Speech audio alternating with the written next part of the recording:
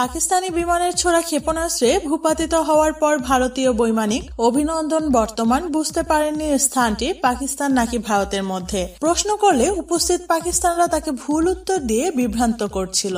এতে অভিনন্দন ভারতের পক্ষে স্লোগান দেন, আর তারপর স্থানীয় তরুণরা স্লোগান ধরেন পাকিস্তানের পক্ষে।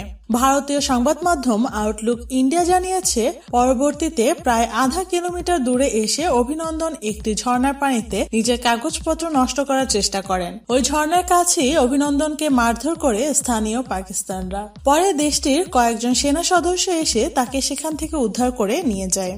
গত 14 ফেব্রুয়ারি কাশ্মীরের পুলওয়ামায় ভারতীয় সেন্ট্রাল রিজার্ভ পুলিশ ফোর্সের গাড়িবহরে আত্মঘাতী বোমা হামলার বাহিনীটির অন্তত 40 সদস্য প্রাণ হারান। পাকিস্তান ভিত্তিক জঙ্গি গোষ্ঠী জইশ-ই-মোহাম্মদ হামলার দায় স্বীকার করেন। মঙ্গলবার 26 ফেব্রুয়ারি ভারতীয় বিমান বাহিনী 1971 সালের পর প্রথমবারের মতো পাকিস্তানি সশস্ত্র বাহিনীর বিরুদ্ধে পাকিস্তান নিয়ন্ত্রিত কাশ্মীরের আকাশ সীমায় ঢুকে বিমান হামলা চালায়। তাদের দাবি, পাকিস্তানের ভিতরে থাকা জইশ-ই-মোহাম্মদের ঘাঁটি ধ্বংসের উদ্দেশ্যেই ওই অসামরিক অভিযান পরিচালিত হয়েছে।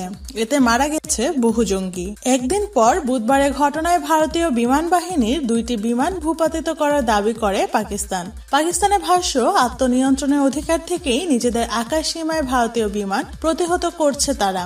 ওই ঘটনাতে পাকিস্তানি F-16 বিমানের ছোড়া ক্ষেপণাস্ত্র বিধ্বস্ত হয় অভিনন্দনের MiG-21 বাইসন বিমান। অভিনন্দন নিজেও একটি পাকিস্তানি F-16 ভূপাতিত করেছেন। পাকিস্তানি সংবাদপত্র ডনের সূত্রের আউটলুক ইন্ডিয়া জানিয়েছে, বিমানটি ভূপাতিত হওয়ার আগে নিরাপদে বেরিয়ে আসতে সক্ষম হন ভারতীয় উইং কমান্ডার। ভূমি স্পর্শের পর তার পাশে জামায়াত হওয়া স্থানীয়দের কাছে তিনি প্রশ্ন করেন, এটা ভারত নাকি পাকিস্তান? পাকিস্তান নিয়ন্ত্রিত কাশ্মীরের ওই স্থানে জামায়াত হওয়া স্থানীয়দের মধ্যে এক তরুণ তাকে বিভ্রান্ত করার জন্য জবাব দেয় ভারত। অভিনন্দন তখন ভারতের পক্ষে উচ্চস্বরে স্লোগান দিতে থাকেন। এরপর স্থানীয়রা স্লোগান দেন, পাকিস্তান আর্মি জিন্দাবাদ। তখন অভিনন্দন বুঝতে পারেন তিনি পাকিস্তান নিয়ন্ত্রিত এলাকায় অবতরণ করেছেন। তিনি তার ছোট আগ্নেয়াস্ত্রটি দিয়ে ফাঁকা গুলি করেন। এতে স্থানীয়রা তার উপর পাথর ছুঁড়তে শুরু করে। তারা অভিনন্দনকে ধরার চেষ্টাও করে। নিজের ছোট আগ্নেয়াস্ত্রটি দিয়ে অভিনন্দন প্রায় আধা ঘন্টা তাদের টিকিয়ে রাখেন। এর মধ্যে তিনি প্রায় আধা কিলোমিটার দৌড়ে পৌঁছান একটি ঝর্ণার কাছে। আউটলুক ইন্ডিয়ার দাবি, তিনি সেখানে সঙ্গে থাকা নথিপত্র ঝর্ণার পানিতে নষ্ট করেন। আর পাকিস্তান ভিত্তিক সংবাদপত্র ডন বিভিন্ন নথির ছবি দিয়ে দাবি করেছেন সেগুলো ভারতীয় বৈমানিক অভিনন্দন বর্তমানের কাছ থেকে উদ্ধার করা। ইতোমধ্যে স্থানীয়রা তাকে ঘিরে ধরে এবং মারধর শুরু করে। ডন লিখেছে, তার পায়ে স্থানীয়রা গুলি করে। পরে সেখানে পাকিস্তানি সেনা সদস্যরা উপস্থিত হয়ে অভিনন্দনকে উদ্ধার করে।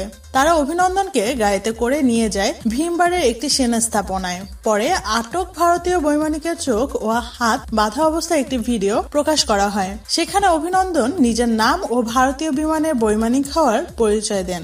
এরপর তার স্কোয়াড্রনের তথ্য জানতে চাওয়া হলে তিনি তা প্রকাশে অস্বীকৃতি জানান। পাকিস্তানের প্রধানমন্ত্রী ইমরান খান ঘোষণা দিয়েছেন, 1 মার্চ অভিনন্দন বর্তমানকে ভারতের কাছে ফিরিয়ে দেওয়া হবে।